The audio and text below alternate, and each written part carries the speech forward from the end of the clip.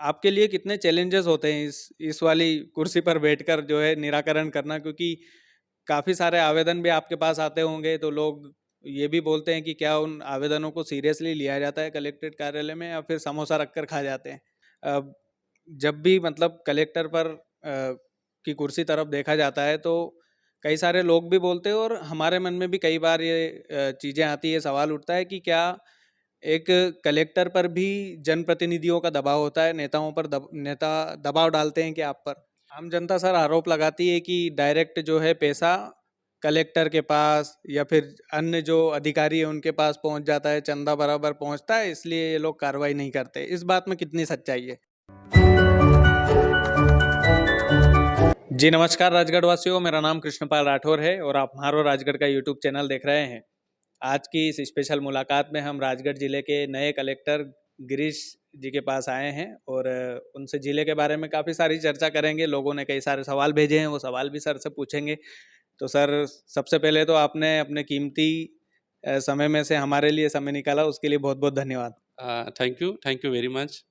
निश्चित तौर पे राजगढ़ आना एक अच्छा अनुभव है, सुखद अनुभव है और जो मैं 7-8 दिन में अभी समझ पाया हूँ, यहाँ सोशल इश्यूज़ ज़्यादा हैं, शिकायतें ज़्यादा आती हैं, लोग जनसुनवाई में बहुत सारे लोग आते हैं। तो हम लोगों ने जनसुनवाई की व्यवस्था को काफ़ी चेंज किया है। हम लोग अब नीचे के एक हॉल रिपेयर कर रहे हैं, उसमें सभी जिला अधिकारी बैठेंगे। साथ ही साथ हम सभी ब्लॉक के एसडीएम्स को और ब्लॉक का जो उनका स्टाफ है, उनके जो अधीनस्थ लोग हैं, उनको ऑनलाइन वीसी के माध्यम से जनसुनवाई में जोड़ेंगे।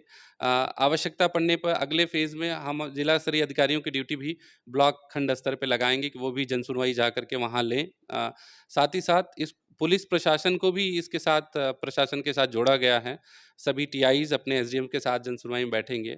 यहाँ पर सीएसपी को हमने नोडल बनाया है, चूँकि जो कॉमन मुद्दे हैं वो सोशल इश्यूज़ के हैं, नाथरा प्रथा के हैं, राजस्व से संबंधित शिकायतें हैं, अतिक्रमण की शिकायतें हैं, ग्रामीण विकास की शिकायतें हैं, थानों को लेकर के एफआईआर ना होने के संबंध में झगड़ा, फसल जलाना, इस तरह की शिकायतें जो मुझे मोटा-मोटा पहली जन सुनवाई में समझ में आया और ये हमारी प्राथमिकता रहेगी कि लोगों की शिकायतों को हम त्वरित गति से उसका निराकरण कर पाएँ। सर, कितना कठिन होता है कलेक्टर की कुर्सी पर बैठना?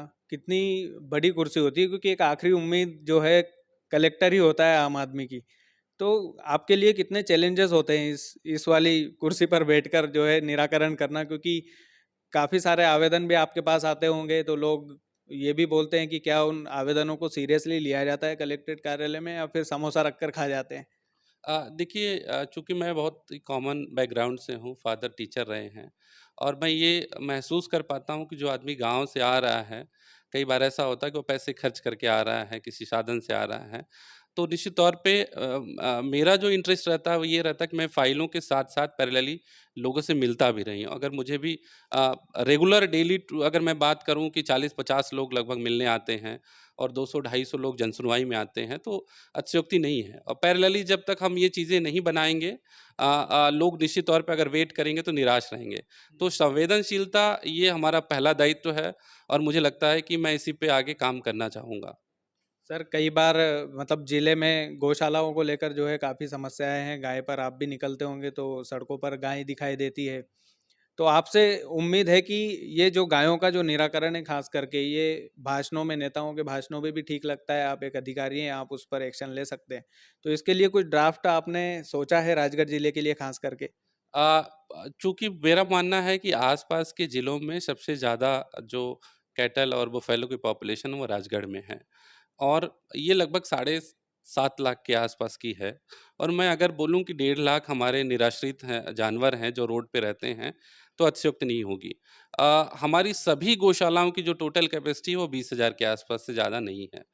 अभी जो पिछला निरीक्षण ऑनलाइन हुआ था, वो अप्रैल में हुआ था और अप्रैल में निरीक्षण के बाद लगभग 50 से 60 गौशालाएँ ऐसी हैं, जिनका मानदेय नहीं आया था, जिनको ऑनरेरियम जो दिया जाता है भूसा चारा के लिए, वो नहीं आया था। रीज़न बीइंग कि वहाँ 50 से कम जानवर थे या 0 जानवर थे, इस तरह की स्थितियाँ हैं। गौशालाओं को लेकर के हम लोगों ने अभी प्रारंभिक प्लानिंग ये की है कि हम मॉनिटरिंग थोड़ा सशक्त करेंगे। उसको लेकर के हम लोगों ने प्रॉपर कम्युनिकेशन प्लान बना लिया है। रोड की हमारी जो पंचायतें हैं, जहाँ गोवंश हमारे रह रहे हैं, उनमें 2-2 मस्टर के कर्मचारियों को चिन्हित किया है, गोरक्षक के रूप में उनका नाम दिया है। उनका मोबाइल नंबर से लेकर के पूरी पंचायत का एक प्रॉपर कम्युनिकेशन बना के पुलिस कंट्रोल रूम को दिया है, और ये हम लोग थानों में भी देंगे कि वो लोग गौशालाओं की खैरियत रिपोर्ट हम लोगों के साथ शेयर करें।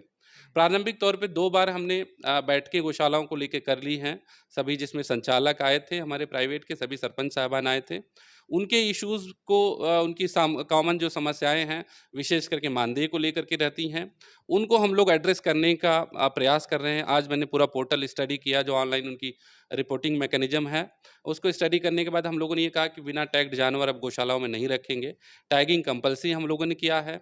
हम लोग निरीक्षण हर 15 दिन में कराएँगे और 2-3 सोर्सेज़ से कराएँगे। डॉक्टर्स हमारे रेगुलर जाएँगे, साथ ही साथ पुलिस से भी हम लोग खैरियत रिपोर्ट लेंगे। पैरेलली, ताकि उनको मानदेय को हम लोग रेगुलराइज़ कर सकें। हमारे जो गौशाला संचालक हैं, उनका बेसिक इश्यूज़ है कि साहब, समय से अगर हमको पैसे मिलेंगे तो हम जो जानवर हमारा रोड पे है, उसको भी हम लोग कोशिश करेंगे कि गौशालाओं में रखें। एक इश्यू ये आता है कि कई बार ऐसा होता है कि कैपेसिटी से ज़्यादा कुछ-कुछ गौशालाओं में गोवंश हैं। तो हमारा प्रयास ये होगा कि उनका उनका भी अनुदान हम लोग शासन से बात करके उनका भी अनुदान हम लोग उनको जारी कराएँ। तो प्रयास यही है, चूँकि इश्यूज़ हमारे बड़े हैं, जैसे मैंने कहा कि गोवंश बहुत ज़्यादा हैं और हमारे गौशालाओं की कैपेसिटी कम है, तो एक मिला-जुला प्रयास जो है हम लोग करेंगे।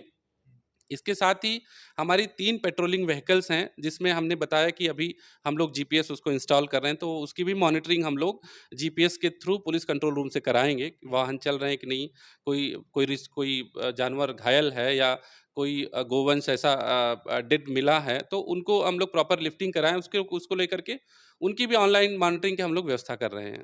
सर, मेरे 2-3 सवाल और हैं। एक सवाल मेरे दिल का सवाल था ये कि अ, जब भी मतलब कलेक्टर पर की कुर्सी तरफ देखा जाता है तो कई सारे लोग भी बोलते हैं और हमारे मन में भी कई बार ये चीज़ें आती है, सवाल उठता है कि क्या एक कलेक्टर पर भी जनप्रतिनिधियों का दबाव होता है, नेताओं पर नेता दबाव डालते हैं क्या आप पर?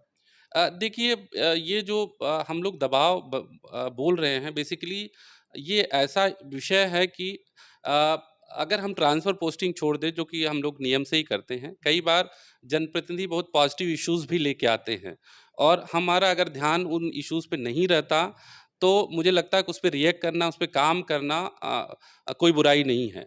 लेकिन जहाँ तक नियम के विरुद्ध जाके काम करने का प्रश्न है, तो निश्चित तौर पे वो सवाल उत्पन्न नहीं होता।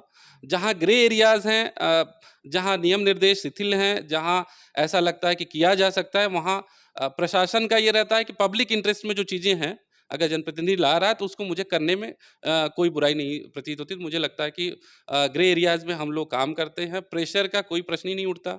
चूँकि नियम से काम करना है, तो वो नियम से ही होगा। मतलब बिल्कुल कोई ऐसा दबाव वाली चीज़ नहीं नहीं है कि भैया ये नेता है तो इनका काम जल्दी हो जाएगा, या अवैध चीज़ें भी, जैसे हमारे ज़िले में कई सारी अवैध शराब के धंधे चल रहे हैं, कई सारे जो है जुए के धंधे चलते हैं, छड़ जिनको हम मालवी में बोलते हैं। राजगढ़ ज़िले की ये मूल समस्या है क्योंकि इसमें युवा भी डूबा हुआ है सर। तो इसके लिए क्या आप आने वाले समय में क्या राजगढ़ को जो है अवैध शराब से आप मुक्त करा पाएँगे? क्योंकि ये एक बड़ा चैलेंज है। जो लोग करते हैं सर ये धंधा, उनके साथ मैं चाहता हूँ पर्सनली, मैंने जहाँ तक ग्राउंड लेवल पर बात की है कि वो जानबूझकर नहीं करते, उनकी अपनी मजबूरियाँ होती है। तो क्या सामंजस्य बिठा कर के आप कोशिश करेंगे कि ये जो अवैध शराब का धंधा है, ये जो जुए का धंधा है, आप इसे जड़ से उखाड़ फेंके राजगढ़ को?